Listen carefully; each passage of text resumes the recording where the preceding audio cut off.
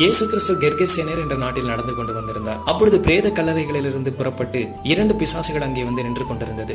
அவர்கள் மிகவும் கொடியராய் இருந்தபடியினால் அந்த வழியாய் போகிறதற்கு எல்லோரும் பயமடைந்தார்கள். அந்த பிசாசுகள் இயேசு தூரத்தில் நடந்து வருகிறதை கண்டு, இயேசுவே, தேவனுடைய குமாரனே, எங்களை வேதனைப்படுத்தவா இங்கே வந்தீர் என்று கேட்டார்கள். ஏனென்றால் இயேசு கிறிஸ்து எங்கே அவர்களை பாதாளத்தில் அடைத்து விடுவாரோ என்ற பயத்தோடு அவர்கள் பயந்து போய் இப்படி கேட்டார்கள்.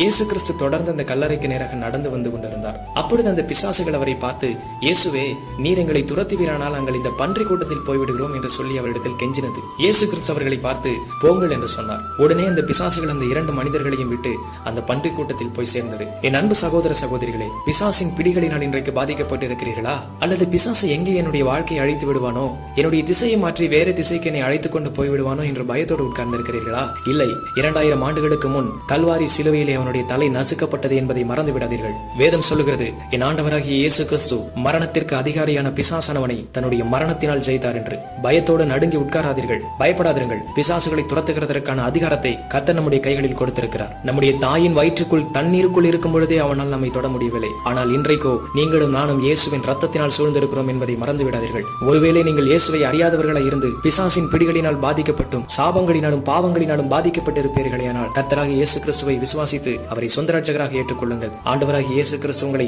சமாதான வாழ்க்கையில் நடத்துகிறதற்கு வல்லமையுள்ளவராக இருக்கிறார். கர்த்தர் உங்களை ஆசீர்வதிப்பாராக. ஆமென்.